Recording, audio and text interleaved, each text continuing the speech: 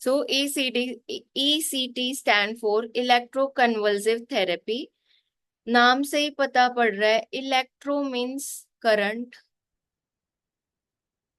Convulsive means seizure related, and therapy means treatment.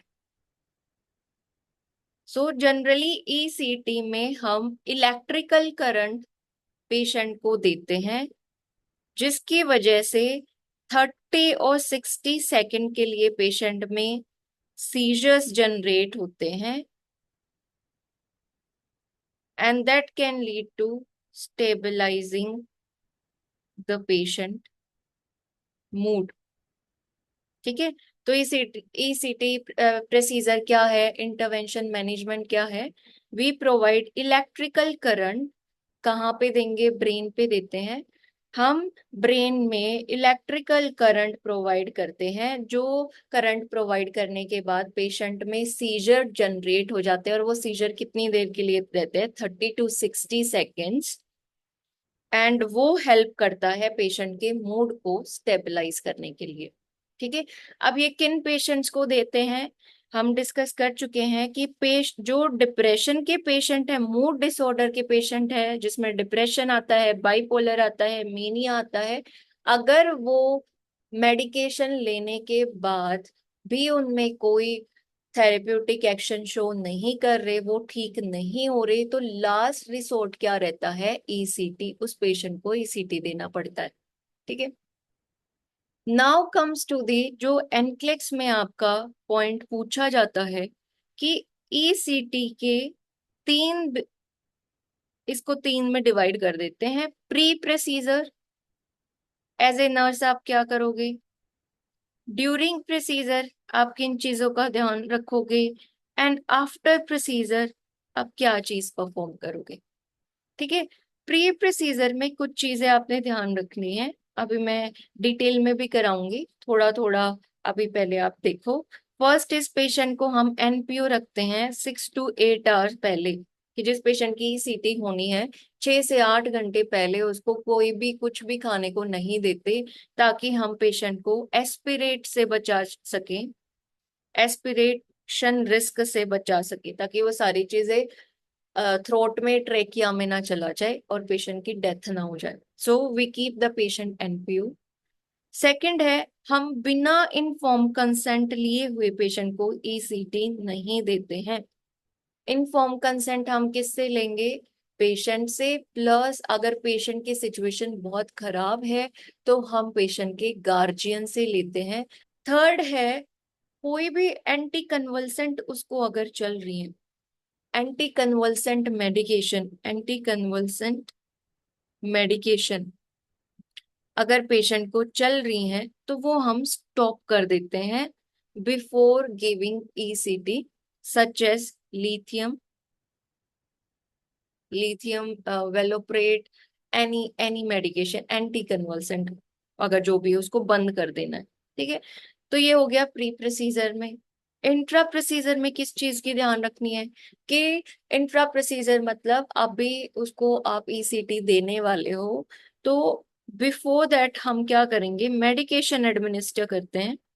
Specifically 3 medications होती हैं। First is atropine. Second आता है medication. अब कौन सी मेडिकेशन देते हैं? फर्स्ट है एट्रोपिन देते हैं, वो सिक्रेशंस को कम कर देंगी। सिक्रेशन कम हो जाएगा तो चांसेस ऑफ एस्पिरेशन पेशेंट के कम हो जाते हैं। ठीक है। एस्पिरेशन मतलब कि उसका जो सिक्रेशन है, सलाइवा है, म्यूकस है, वो आपने नहीं कम किए तो वो थ्रोट में जाके, लंग्स में जाके एंड उसको ऑब्स्ट्रक्ट कर सकते हैं, पेशेंट रेस्पिरेटरी अरेस्ट से डेथ हो सकती है।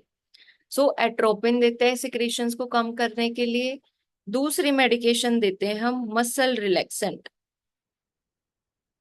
मसल रिलैक्सेंट क्या करेंगे कि मसल्स को इजी रिलैक्स करने के लिए हम क्या देंगे? The medication name is succinylcholine, succinyl Colin.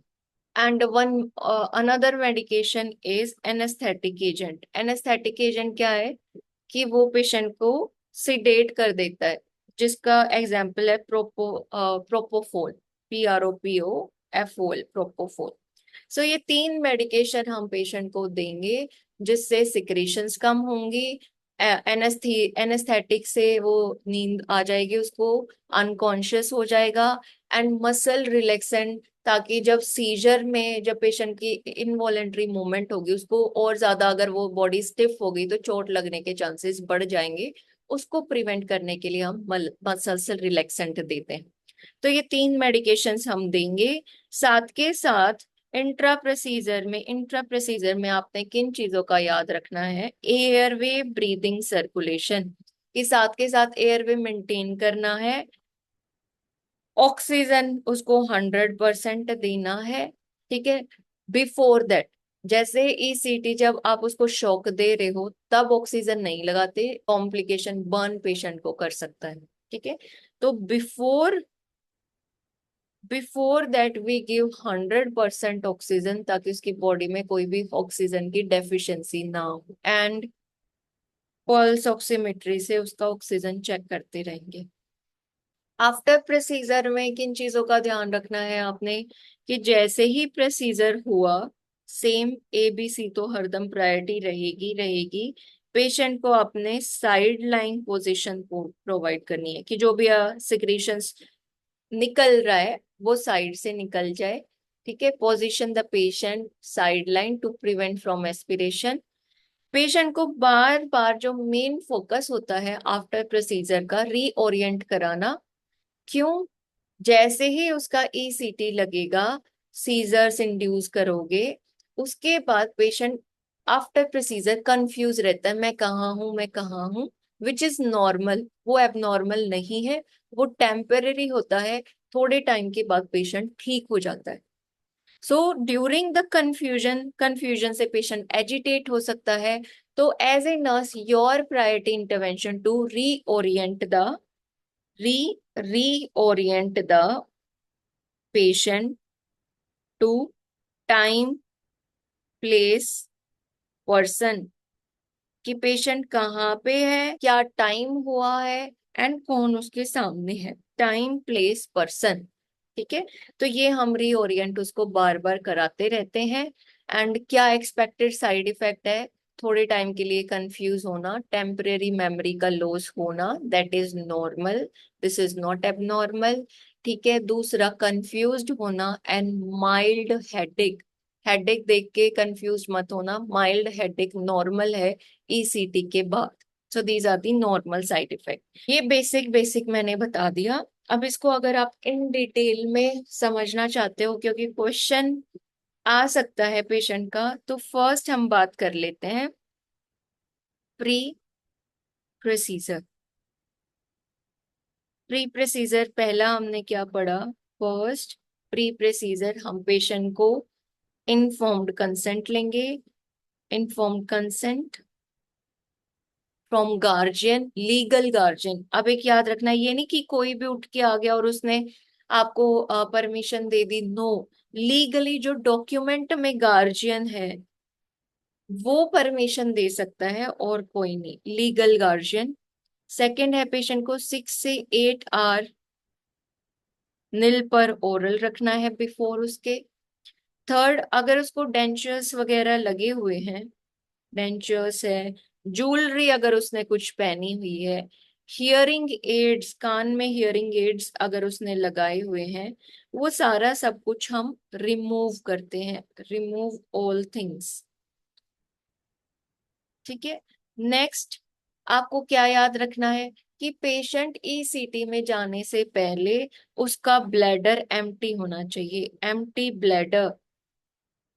So procedure से पहले उसको क्या बोलोगे, यूरिनेशन के लिए ब्लैडर में यूरिन नहीं होना चाहिए, एम्प्टी होना चाहिए।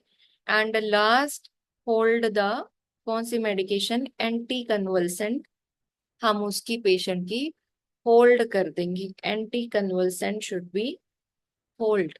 लास्ट एक चीज रहेगी, कॉन्ट्रा इंडिकेशन, किन पेशेंट्स को हम ईसीटी नहीं प्रोवाइड कर सकते। फर्स्ट, जिनका already ICP intracranial pressure increase है, कभी भी ईसीटी नहीं दोगे। सेकंड, किसी को ब्रेन ट्यूमर है, साइकेट्रिक प्रॉब्लम तो है ही है, साथ के साथ ब्रेन ट्यूमर है, उसको भी नहीं दोगे। एन एल्डरली पेशेंट अगर कोई साइकेट्रिक पेशेंट है उसको भी नहीं देते। तो ये तीन चीजें हैं जिनमें हम पेशेंट को ईसीटी नहीं देंगे। एंड प्रेग्नेंट मदर, ये तो आपको पता ही होगा कि प्रेगनेंसी में भी नहीं देंगे। एक डिजीज कंडीशन होती है, प्री एग्जिस्टिंग डिजीज कंडीशन है, जैसे मायोकार्डियल इंफाक्शन, हिस्ट्री है, एनी कार्डियक प्रॉब्लम्स है, उस पेशेंट को भी हम ईसीटी नहीं देते। So these are the 4-5 contraindication, अगर ये प्रेजेंट है आप पेशेंट को ईसीटी नहीं दोगे।